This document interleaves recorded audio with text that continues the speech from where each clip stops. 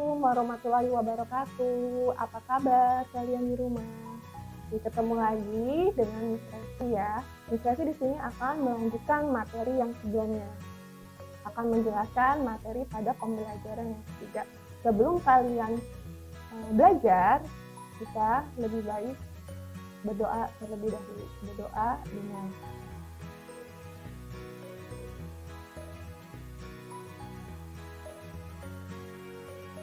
sudah selesai kakak berdoanya. Nah, jika sudah selesai, kita lanjut ke pembelajaran berikutnya ya, pembelajaran ketiga.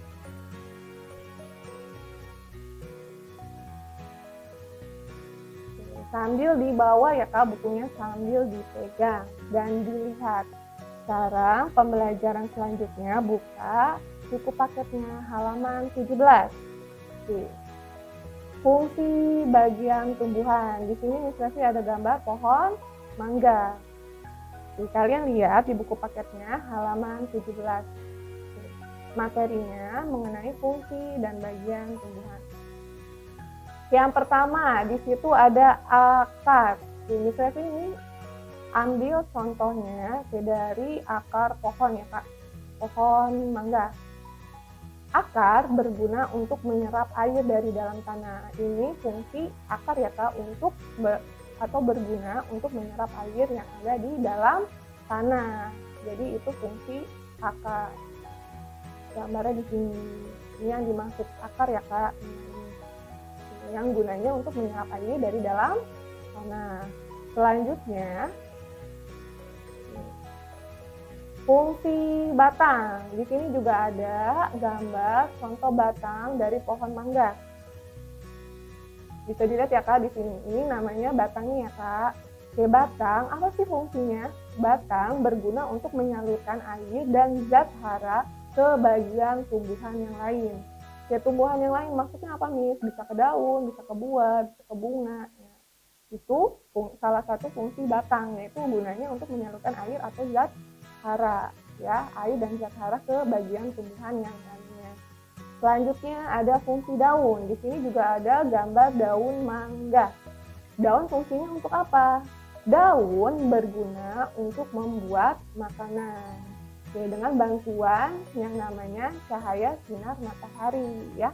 Itu terjadi proses fotosintesis.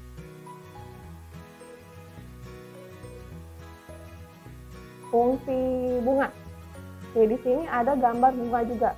Bunga dari pohon mangga ya kak. Di sini ada bunganya. Oke, bunga fungsinya itu untuk apa?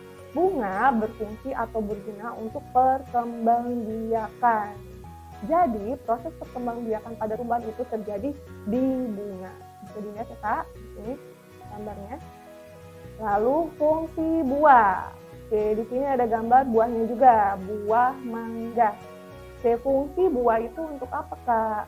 Buah berguna untuk melindungi biji dan dapat dikonsumsi. Ya, kalian pasti di sini pernah makan buah mangga kan? Ya, pastinya kalian pernah mencoba yang namanya buah mangga. Oke, rasanya enak. Buahnya itu berguna untuk melindungi biji dan dapat dikonsumsi. Pasti setelah kalian makan buah, di dalamnya itu ada bijinya kan?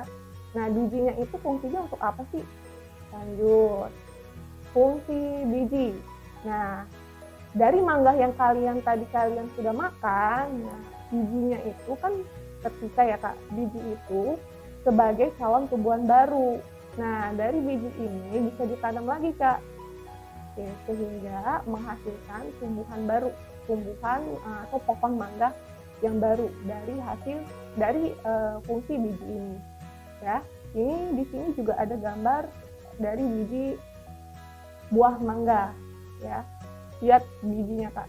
Oke, pasti yang sudah pernah makan buah mangga tahu kan kalau ini biji mangga, pasti tahu karena ada serat-seratnya, masih ada serat-serat buah mangga. Selanjutnya kita akan membahas tentang membuat pertanyaan tentang kelestarian lingkungan sambil dilihat buku paketnya ya kak, halaman 19. Membuat pertanyaan tentang kelestarian lingkungan. Nina dan keluarganya memiliki hobi yang sama, yaitu menanam berbagai macam tanaman. Banyak jenis tanaman di rumah Nina yang tumbuh subur. Ada berbagai macam bunga, misalnya bunga mawar, bunga melati, bunga matahari, dan bunga sepatu. Ada juga tanaman yang dapat berbuah, misalnya mangga, jambu, pepaya, dan tomat. Selain itu, Ibu Nina juga menanam sayur seperti sawi, bayam, dan cabai. Setiap hari, Nina dan keluarganya merawat tanaman tersebut. Dari tanaman tersebut, keluarga Nina dapat menikmati pemandangan yang indah dan udara yang sejuk. Selain itu, apabila tanaman tersebut berbuah, mereka juga dapat menikmati buahnya. Nah, di sini di buku kalian di halaman 19, di situ ada bacaannya ya, Kak. Oke, pertanyaan yang dapat diajukan ya. Pertanyaan yang dapat diajukan seperti pembelajaran sebelumnya ya, kan sudah Miss bahas. Pertanyaan yang dapat diajukan dari bacaan yang ada di halaman 19 yaitu yang pertama, apakah hobi Nina dan keluarganya? Hobinya itu merawat tanaman.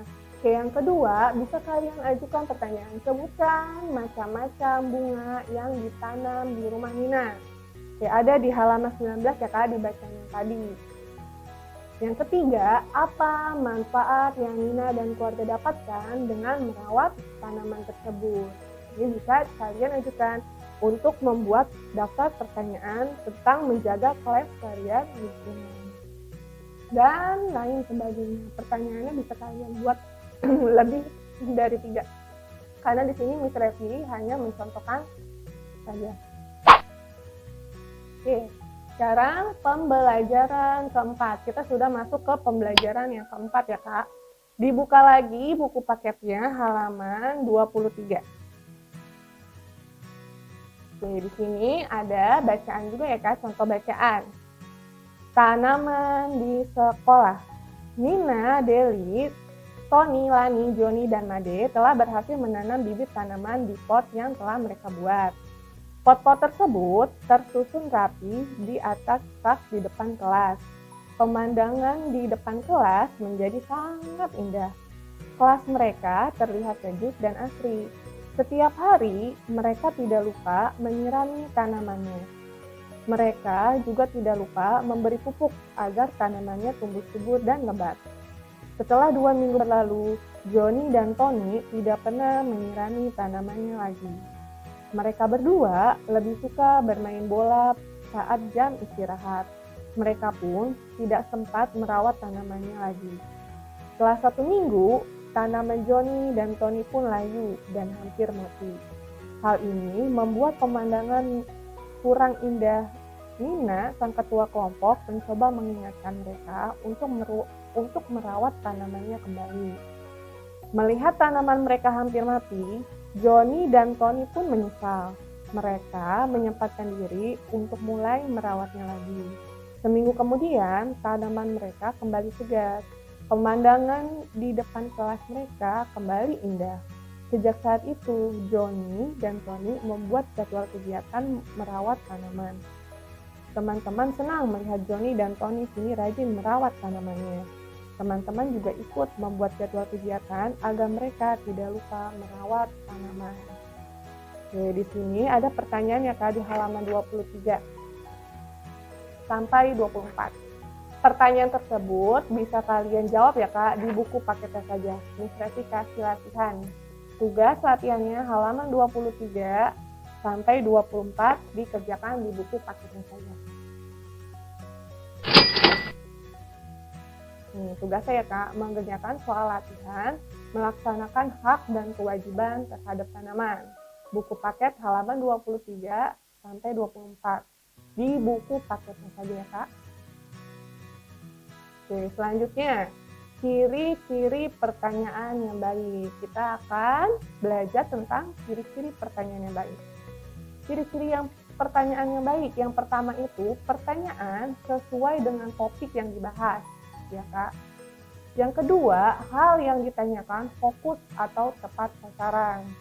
Yang ketiga, pertanyaan dapat digunakan untuk menggali informasi. Itu ciri-ciri Kak, pertanyaan tersebut digunakan untuk menggali informasi dan pertanyaan itu harus fokus pada topik yang dibahas, tidak boleh ke lain-lain pembahasannya.